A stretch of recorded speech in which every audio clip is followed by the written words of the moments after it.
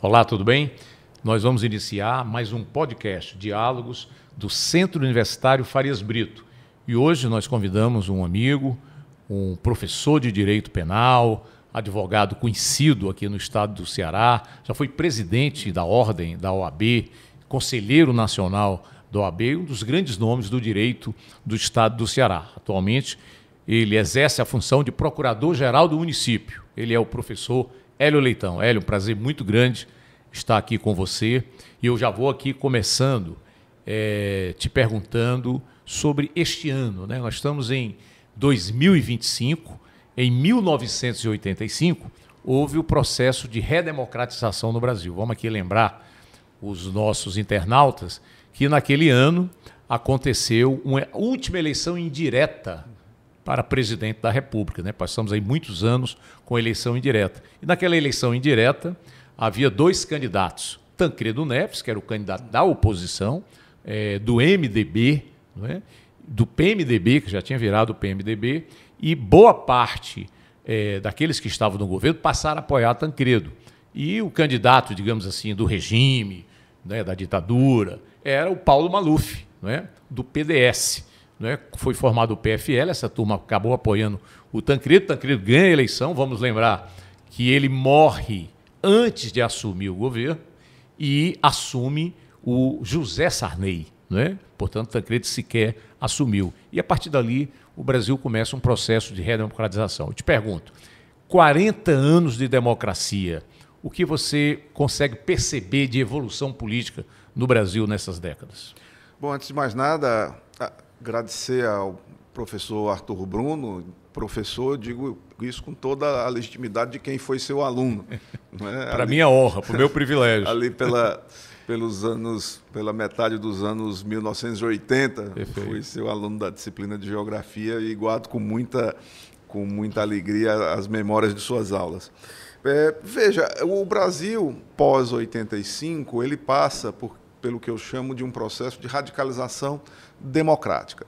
Vendo sob as lentes do direito, e essas são as minhas lentes, eu sou um profissional do direito há 34 anos aqui na cidade, com a militância intensa, e a gente pode ver que, a partir de 85, e sobretudo a partir de 1988, nós tivemos um grande avanço democrático. Se nós nos detivermos, mais uma vez, sempre sobre as lentes do direito, e vamos ver que nasce, a partir de então, o cidadão consumidor, com o Código de Defesa do Consumidor. A legislação ambiental vem daí, a legislação em defesa do idoso, o Estatuto da Criança e do Adolescente, que visa proteger as nossas crianças e adolescentes. Está fazendo 35 anos agora, né? 1990, né? 1990. Então, o Brasil passa, a partir de então, por esse processo que eu chamo um processo de radicalização democrática, passa pelo fortalecimento dos poderes, não é? Os juizados, hoje chamados juizados especiais cíveis e criminais, também vêm de então, não é? A partir dos anos 90. Então, assim, o Brasil passa a ganhar uma institucionalidade. No entanto, nós ainda estamos devendo muito, não é, nesse campo.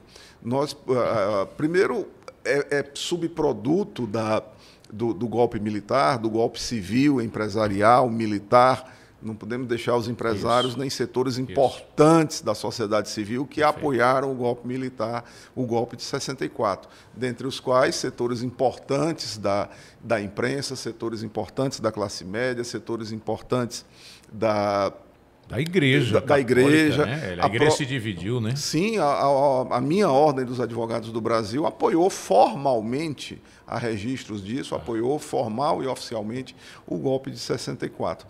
E eu penso, meu caro Bruno, que há um subproduto que ainda precisa ser mais bem estudado do golpe de 64, que é a castração de novas lideranças. Perfeito. Como nós passamos 20 anos, no período de ditadura militar, que houve uma apartação da nossa juventude, das coisas públicas, das coisas da política, eu penso que isso trouxe um prejuízo imenso para a vida política, para a vida pública brasileira. Não sou eu que estou dizendo isso, né? Tem um livro, Depoimento, do Carlos Lacerda, que é um dos próceres, uma das cabeças civis do golpe militar de 64, onde ele diz isso nesse livro, Depoimento. Ele que acabou consumido, vítima do próprio golpe que ele engendrou, né? Acabou caçado, vítima do próprio golpe. E ele mesmo diz isso, ele reconhece nesse livro, Depoimento, que foi um livro que foi publicado nessa condição, após a morte dele, onde ele diz que um dos males do golpe militar foi a castração de novas lideranças. Mas é fato que o Brasil ganha uma institucionalidade, as instituições vêm se fortalecendo desde então, não é? E isso é inegável. Também estamos devendo no campo da justiça de transição. Perfeito. Né, na justiça transicional, as políticas de verdade, memória e justiça. Perfeito. Nós temos a nossa transição, como tudo tem sido assim no Brasil, acho que é bem da personalidade nossa, a pactuação por cima. Não é? As transições são sempre pactuadas, não há momentos de efetiva ruptura, não é? E aí as transições são pactuadas, como de algum modo foi a República, como de algum modo foi o fim do regime militar. E nós tivemos uma lei de anistia, a Lei 6683/79, que é uma jabuticaba, é algo muito brasileiro. Né? Você tem caráter de autoanistia. Foram anistiadas as pessoas que resistiram ao regime militar e também aqueles que cometeram crimes em nome do regime militar. Perfeito. Não é? Torturadores, assassinos, estupradores.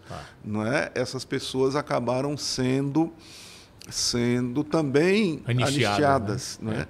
E isso já valeu ao Brasil, recentemente, nada menos do que 2 condenações internacionais. O Brasil foi condenado pela Corte Interamericana de Direitos Humanos, a corte chamada Corte de São José da Costa Rica, em 2 casos. No caso, Júlia Gomes Lund versus Brasil, que é o caso dos 70 do Araguaia, a guerrilha do PCdoB no Araguaia, em que as pessoas foram mortas, a maioria das quais os restos mortais essas pessoas desapareceram, né? E o caso, mais recentemente, o caso Vladimir Herzog contra o Estado brasileiro. Nesses 2 casos, o Brasil sofreu essa condenação internacional, condenado a rever o entendimento em relação à lei de anistia, entende-se imprescritíveis os crimes de tortura, não é? E, portanto, o Brasil está condenado por 2 vezes a rever a lei de anistia, punir os torturadores, punir os agentes da ditadura, porque não se admite autoanistia. Perfeito. Hélio, pegando aí esse gancho, algumas pessoas, políticos, já vi também juristas, defendendo a tese de que, pelo fato da lei de anistia de 79 ter anistiado os golpistas, atentaram contra o Estado democrático de direito, deram um golpe. Né? Esses golpistas não foram punidos, foram anistiados. E, de certa forma, há uma tese de que, ao não punir os golpistas, isso estimulou que, no futuro, os golpistas continuassem a existir. Quer dizer, nós estamos, nesse momento, vivendo, né, um processo na Justiça, o Supremo Tribunal Federal aí fazendo todo um trabalho e, com certeza, haverá punição, me parece que dessa vez, para aqueles que tentaram um golpe militar, ou militar civil, agora já recentemente, a partir de 2022 começa esse processo, e isso desagou naquele 8 de janeiro de 2023. Se não tivesse havido anistia, você acha que isso teria desestimulado essas pessoas a tentarem de novo um golpe de Estado num processo, num momento político que o mundo vive? Se tentar um golpe de Estado nessa situação, você acha que isso poderia ter ocorrido? Certamente. Esse é um dos efeitos dessa da lei de anistia. Como não se puniu aqueles que atentaram contra a democracia, aqueles que cometeram crimes em nome da ditadura, a serviço da ditadura, isso trouxe efeitos sobre a vida pública brasileira. Por exemplo, nós continuamos tendo polícias e forças de segurança extremamente autoritárias, extremamente violentas, não é? Isso é decorrência, os estudiosos apontam isso com muita assertividade, não é? De que isso é um fator, as nossas instituições não foram purgadas, não foram purgadas, e isso faz com que o germe autoritário continue presente nas instituições brasileiras e continue fazendo com que, servindo de estímulo a essas práticas. Portanto, falar em anistia para aqueles que atentaram contra o regime democrático, isso é um desserviço à causa democrática. É bom lembrar, não é, Hélio, que está tramitando aí no Congresso Nacional, de novo aí, uma anistia para esses que, efetivamente, os fatos estão aí, são públicos, tentaram novamente aí um golpe de Estado. Antes de serem punidos já, terminado o processo, já estão defendendo a anistia de novo. Ou seja, se você, toda vez que houver uma tentativa, houver anistia, as pessoas não vão temer, vão se sentir animadas para dar golpe de Estado. Né? Certamente. E isso acontece num momento político em que há um avanço tremendo da extrema-direita no mundo. Não é? É o que a gente tem visto na Hungria, nos Estados Unidos de Trump, é o que se tem visto na Itália de Giorgia Meloni, né? na Polônia. Há um avanço da extrema-direita, não é? Que faz tábua rasa de todos os valores democráticos, instala a lei do mais forte, que isso é bem próprio do fascismo, não é? A prevalência da lei do mais forte, o chamado darwinismo social, e isso faz e essa ideia surge nesse momento, não é? Surge, a pretexto de pacificação, a pretexto de que foram pessoas que foram instrumentalizadas, e até acredito sim que muitas foram, não é? No auge da sua ignorância, da sua estupidez, tenham sido instrumentalizadas. Só que isso não vai servir de álibi, não vai servir de um bio de identidade para que essas pessoas possam atentar contra a democracia. E nós passamos muito perto da instalação de um regime militar. Não fosse o Bolsonaro um doidivanas, um idiota perfeito e acabado, se houvesse uma liderança fascista, com esse corte fascista, mas um pouco mais qualificada, eu não duvido de que nós tivéssemos grandes dificuldades para manter a nossa democracia. O golpe só não se consumou porque as lideranças militares não se sentiram as lideranças militares não se sentiram confortáveis com o Bolsonaro, que é uma figura tosca, não é? Uma figura sem nenhuma expressão. Então, eu acho que se houvesse, naquele momento, não é, em que se procurou atentar contra a democracia, se nós tivéssemos alguém da extrema-direita com um perfil um pouco melhor, nós correríamos um sério risco. Ô Hélio, você é professor de Direito Penal, é um criminalista assim, famoso aqui no estado do Ceará, um dos grandes advogados nessa área, mas você tem uma formação muito sólida também em Direito Constitucional. Fez o mestrado, o doutorado em Direito Constitucional. Então, há uma polêmica hoje no Brasil sobre a harmonia e o equilíbrio dos poderes, né? A Constituição diz que os poderes eles são harmônicos e independentes, não é? Mas se discute muito. Há uma judicialização da política ou uma politização do judiciário? Quer dizer, o judiciário ele está indo além daquilo que constitucionalmente ele deveria atuar. Quer dizer, há um superpoder hoje do judiciário no Brasil. Como é que você analisa isso? Quer dizer, o executivo estaria mais fragilizado, o legislativo com muito poder, né, sobretudo aí esse domínio de parte do orçamento com as emendas parlamentares, e o judiciário estaria, para alguns, extrapolando as suas funções. Como é que você vê isso? Veja, o Poder Judiciário ele é o guardião das promessas constitucionais. Essa expressão não é minha, essa expressão é de um jurista francês chamado Antoine Garrapon, onde ele escreveu um livro, o guardião, na edição portuguesa, O Guardador das Promessas. Tá. Né? O que é isso? O processo legislativo, e você, meu caro Bruno, foi um legislador por décadas, não é? Isso. Foi legislador tanto no âmbito municipal, no âmbito estadual e no âmbito federal. Você sabe bem como é difícil a formação do consenso. Não é? Sim. O papel do legislativo é um papel de formação de consenso. Esse consenso é volátil, esse consenso ele sofre alterações ao sabor da correlação de forças políticas. Não é? Então, o processo de formação do consenso é muito lento, penoso, muito difícil de se chegar a termo.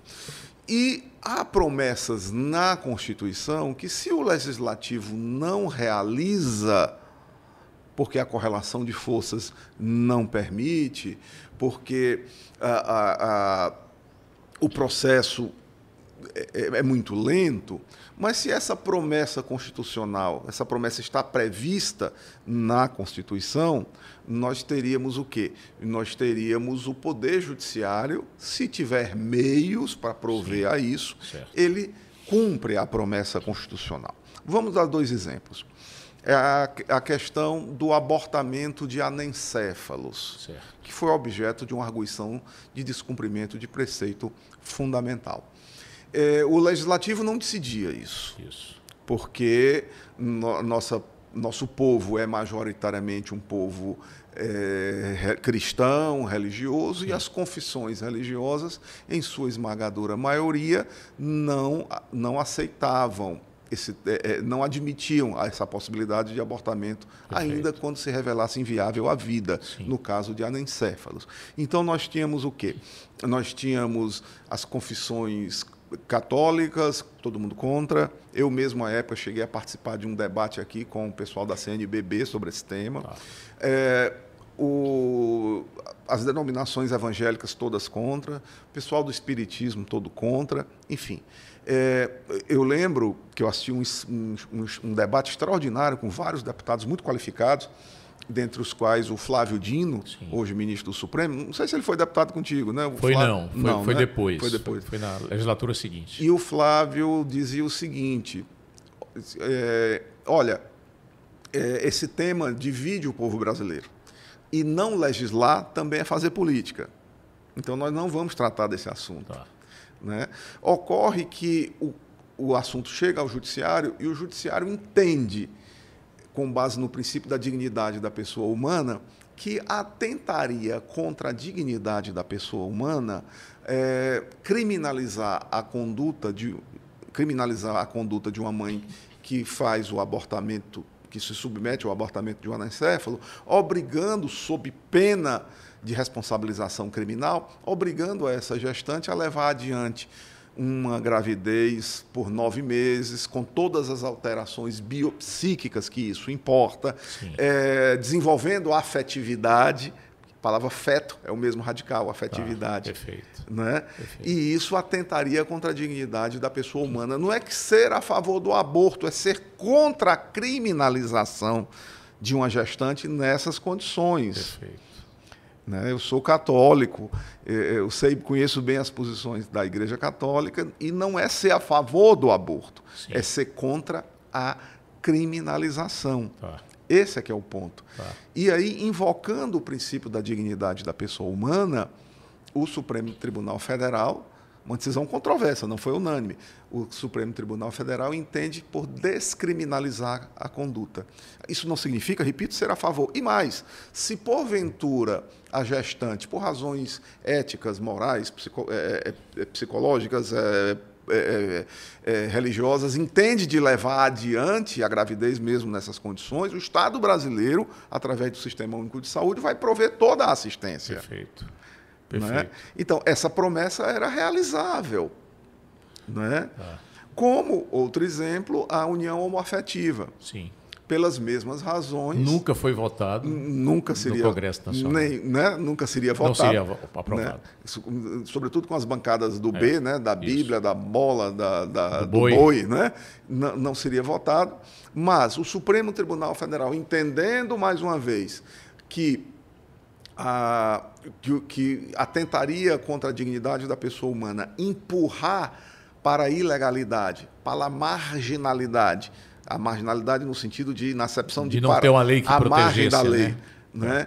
Pessoas do mesmo sexo que convivem que convivem como um casal, que convivem como uma família, e você não reconhecer direitos previdenciários, não reconhecer direitos sucessórios, não seria atentatória à dignidade da pessoa humana. Então, é a promessa constitucional. Perfeito. Que o Supremo... Agora, desde que possível. Na doutrina alemã, chegou um sujeito lá que demandou junto à Corte Constitucional Alemã, Bruno, olha que curioso, que ele queria fazer medicina. Né? E aí ele entrou com uma ação para que, já que a Constituição assegura o direito à educação, que ele fizesse, mas isso aí não é possível todo mundo fazer. Não é? Não haverá vagas para certamente todo mundo. Não. E aí a doutrina alemã cria a cláusula da reserva do possível. Tá. Faz-se desde que seja possível. Perfeito. Hélio, você tocou uma coisa muito importante e para boa parte da população não consegue entender isso. É que o judiciário ele não age por si próprio, né? Ele tem que ser peticionado. Provocado. Tem que ser provocado, né? Você, como advogado, quando você quer alguma coisa, você peticiona, você entra com ação. Então, quando o judiciário decide alguma coisa, ele decide com alguém que entrou com uma ação, né? O Ministério Público, ou o cidadão, ação civil pública. Entidades da sociedade civil. Ou seja, quando o judiciário ele não encontra uma lei, não é, ligado exatamente, especificamente àquele tema, ele vai interpretar a Constituição, não é isso? E muitas vezes é mal compreendido por isso. Não havia nenhuma lei. O Judiciário criou lei, fez lei, está legislando. O Judiciário não legisla, né? Ele interpreta, né? E há outras fontes do direito que não a lei. Até porque, Bruno, vamos pensar, a lei, eu falei aqui na dificuldade do processo de formação do consenso, né? Então, veja, a lei ela sempre vai estar correndo atrás do fato social. A dinâmica social ela é sempre muito mais expedita, né? Muito mais rápida, cada vez mais. Cada vez mais, sobretudo agora com os avanços tecnológicos, com inteligência artificial, vão surgindo problemas e demandas que a sociedade precisa resolver e o processo legislativo não vai acompanhar. Não vai acompanhar. Daí, essas demandas chegam ao Poder Judiciário e o Poder Judiciário vai ter que se socorrer de outras fontes, dos princípios constitucionais, do direito comparado, do direito internacional, né? Outras fontes para dar resposta àquela demanda que a sociedade apresenta ao Poder Judiciário. Perfeito. Então, cada vez menos a lei, o direito positivado, vai trazer as respostas que a gente espera e precisa. Então, o Poder Judiciário vai ter, sim, de se socorrer de outras fontes do direito, igualmente legítimas e tendo em mente os grandes princípios que regem a vida brasileira, o princípio democrático, o princípio da dignidade da pessoa humana, o princípio republicano, tendo isso em mente. Muito bem. Ainda para ficar no direito constitucional e também um pouquinho aqui do direito eleitoral, Hélio, você também que gosta desse tema, nós estamos vendo aí um debate muito interessante no Congresso Nacional, uma nova reforma eleitoral, onde alguns têm defendido, já tem tido até uma primeira aprovação, no fim da reeleição. Né? Então, hoje, vamos aqui lembrar, os mandatos eles têm 4 anos. Né? O mandato de executivo, prefeito, governador, presidente da República, é 4 anos.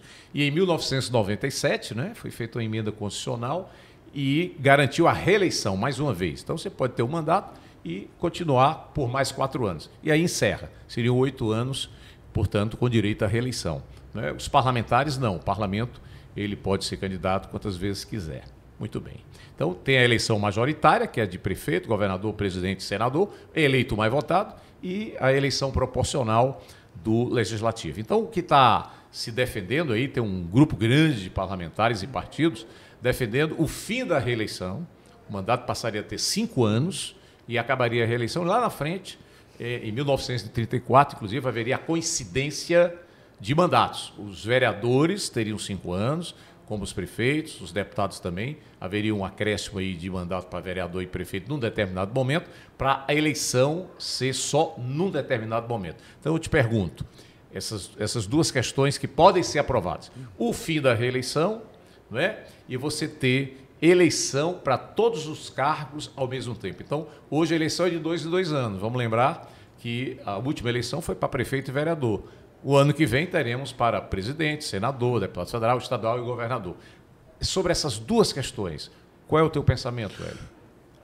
Veja, Bruno, em todas as tidas como grandes democracias, se tem reeleição, não é? Eu acho, especificamente no caso brasileiro, a máquina pública brasileira, eu fui gestor público, ela é extremamente emperrada. Sim. Não é? A máquina brasileira, ela engessa o gestor. Um amigo meu brinca, diz que é como fazer curva em navio. Você despende um esforço imenso para que aquela coisa se mova ali um pouquinho, né?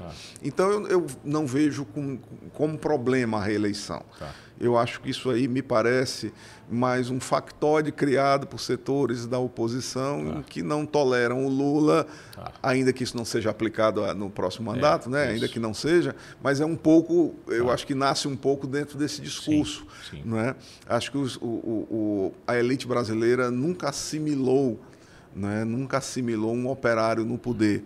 Eu acho que isso aí é uma questão, o que se tem aí efetivamente é um ódio de classe.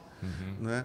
A gente vê, né, Bruno, nesse governo Lula, todos os números são muito favoráveis, bons. Né? A economia está bem, o emprego está bem, a renda melhorou. Estamos próximos inflação controlada. Estamos próximos do pleno emprego. O crescimento da economia superou as expectativas dos mais otimistas economistas, né? Verdade. Dos mais otimistas. Nunca se teve a renda nunca foi tão dividida, tão bem dividida, embora o nosso país seja a síntese da concentração de renda. Perfeito. Não é? Mas houve a democratização da renda, e ainda assim os números de aprovação do presidente são ruins. Não é? O presidente vai à China, fecha acordos importantíssimos para o Brasil, e aí a discussão, o que ganha centralidade é o que a primeira-dama disse ou deixou de dizer. A gente estava até conversando outro dia sobre isso, né? Então, na verdade, me parece que essa discussão, que é recorrente, não é a primeira vez que essa discussão acontece. Há décadas que se discute É uma discussão recorrente. Eu acho que ela nasce um pouco nisso, né? É um modo de, por vias oblíquas, ter um discurso político contra o presidente Lula. Essa é a minha opinião. E essa questão da unificação das eleições. Hoje nós temos eleição municipal, 2 anos depois, eleição estadual e federal. Você não acha que se unificar, claro que tem um lado bom, uma eleição de 2 em 2 anos também, isso gera problemas políticos, econômicos, despesas, né? Isso, e todo mundo se envolve, porque mesmo que o deputado federal só tenha eleição de 4 anos, ou estadual, ele se envolve na eleição de prefeito e vereador. E cria uma instabilidade. Cria uma instabilidade, verdade. Ao mesmo tempo, uma eleição nacional, ela empolga muito mais, ela prende muito mais atenção do que talvez uma eleição municipal. Então, a eleição municipal não poderia ser preterida, ficado assim em uma segunda instância. É uma tese, né, que alguns colocam de que o ideal seria manter eleição de 2 em 2 anos, porque você discutiu o município, que é o lugar onde a gente vive, mora, né, estuda, e depois, 2 anos depois, Estado e União. Né? São os dois lados da moeda, quer dizer, tem pontos favoráveis e desfavoráveis, né? É isso, há ganhos e perdas em uma posição e noutra. Não é? Uma eleição nacional, ela absorveria todas as atenções, né? E as questões municipais, as questões do nosso cotidiano. E outra questão que a gente pode extrair disso daí, meu caro Bruno, é a nossa participação política, que acaba se restringindo a esses momentos. Tá. Né? Tá. A consequência lá da castração de lideranças, talvez, nós nos sentimos apartados do processo político. As pessoas não querem participar, não querem se envolver e acaba limitando ali ao período eleitoral. Né? Então, eu acho que se a gente concentrasse isso num período só, essa apartação ainda aprofundaria talvez mais, perfeito, né? perfeito. A participação. Porque, bem ou mal, a gente acaba se envolvendo mesmo nesse período. Exatamente. Né? Onde a discussão onde as discussões se processam. Exato. Ô, Hélio, para encerrar aqui, te fazer uma última pergunta. Mas já vamos acabar? Pois é, infelizmente. Hélio, nesse final de semana, eu vi alguns órgãos de imprensa o debate sobre os partidos políticos. Quer dizer, o Brasil, ele fez a sua reforma, a lei dos partidos políticos, em 1979, né? Já foi ali no final, no início do governo Figueiredo, né? E a partir de 1980, os partidos foram sendo criados, os mais antigos, como o PT, por exemplo, em 1980, o PDT é mais ou menos desse mesmo ano, o MDB virou o PMDB. O fato é que, mais recentemente, a gente chegou a ter 35 partidos. Segundo as notícias que eu vi aí no final de semana, nós estaremos hoje com 29 partidos e a tendência é diminuir, porque a legislação eleitoral, né, vem causando isso. Né? O fato de não ter mais a eleição proporcional, você não tem mais coligação de partidos, né? Enfim, a obrigatoriedade de um percentual mínimo de votos e de eleitos para continuar recebendo recursos, né, do fundo eleitoral. Então, tudo isso tem diminuído a quantidade de partidos. Ok. Mas, Hélio, você não acha que o Brasil, mesmo com 40 anos já de uma reforma partidária, reforma eleitoral, nós ainda temos partidos muito frágeis? Porque o que é um partido político, né? É um grupo de pessoas com uma ideologia, com um programa que vai se disputa a eleição para chegar ao poder e pôr em prática o seu programa. Os nossos partidos são muito pouco ideológicos, você não acha? Certamente. Por quê? Certamente. Nós temos a fragilidade muito grande, poucos partidos ideológicos, a gente conta nos dedos. Não é? Muitos. Não precisa dizer, pode soar antipático, mas muitos ali são partidos de conveniência. Sim. Muitos vendendo legenda em época de eleição. Sim. Né? Isso é fato. Isso, qualquer Google aí te mostra um montante de situações como essa, inclusive que se tenta coibir na justiça eleitoral. Eu acho que isso é consequência de uma fragilidade mesmo da sociedade, não é? A sociedade que se afasta da política, a sociedade que rejeita a política e rejeita os políticos, não é? E que não se envolvem na vida da cidade, na vida do Estado, na vida do país. Eu acho que a fragilidade dos partidos políticos é consequência direta do rebaixamento da vida pública brasileira, do rebaixamento do debate público brasileiro. Nós nos afastamos da vida pública, não é? Pensamos que fazer democracia é votar a cada 2 anos, quando, na verdade, é cada vez menos isso. Né? Sim. Eu acho que a gente já tem mecanismos de influir cotidianamente nos destinos do nosso país, da nossa cidade.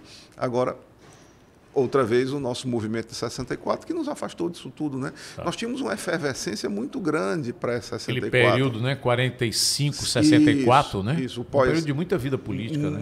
Muita efervescência política. Né? As pessoas participavam, influíam, a imprensa influía. Não é? Você tinha a época dos grandes tribunos, né? das grandes lideranças. De modo que eu acho que isso é consequência desse processo. E não vai ser fácil, né? Porque uma das coisas que com que a extrema-direita trabalha é com a antipolítica, não é? Com a antipolítica, Estado mínimo, quando, na verdade, não se deve discutir Estado mínimo, deve se discutir Estado mais eficiente. Isso, o Estado necessário, né? Ele tem o tamanho que deve ter, não é? E um Estado mais eficiente, mas isso também se encarta no discurso da extrema-direita. Né? Você vê o Bolsonaro, um sujeito que foi deputado a vida inteira, se apresentar como um outsider, alguém de fora do sistema, né? Convenhamos, tenha dó. Ele já passou por uns 6 ou 7 partidos, isso, né? E o sujeito que atacava as urnas que o elegeu, que elegeu seus filhos a vida inteira, né? Então é um pouco desse discurso, né? De se colocar, de se posicionar como antissistema, né? Quando, na verdade, aqui para terminar, eu quero parafrasear o Rui Barbosa, que dizia: não há solução fora do direito. Aí digo eu, não há solução fora da política. Perfeito. Esse é Hélio Leitão, advogado, professor de Direito, hoje procurador-geral do município de Fortaleza. Quero te agradecer, Hélio, dizer que foi muito bom estar contigo aqui hoje, conversando sobre esses temas tão importantes para o desenvolvimento do Brasil. E na próxima semana, o programa Diálogos voltará com um tema importante para o Ceará e para o Brasil. Boa semana para vocês.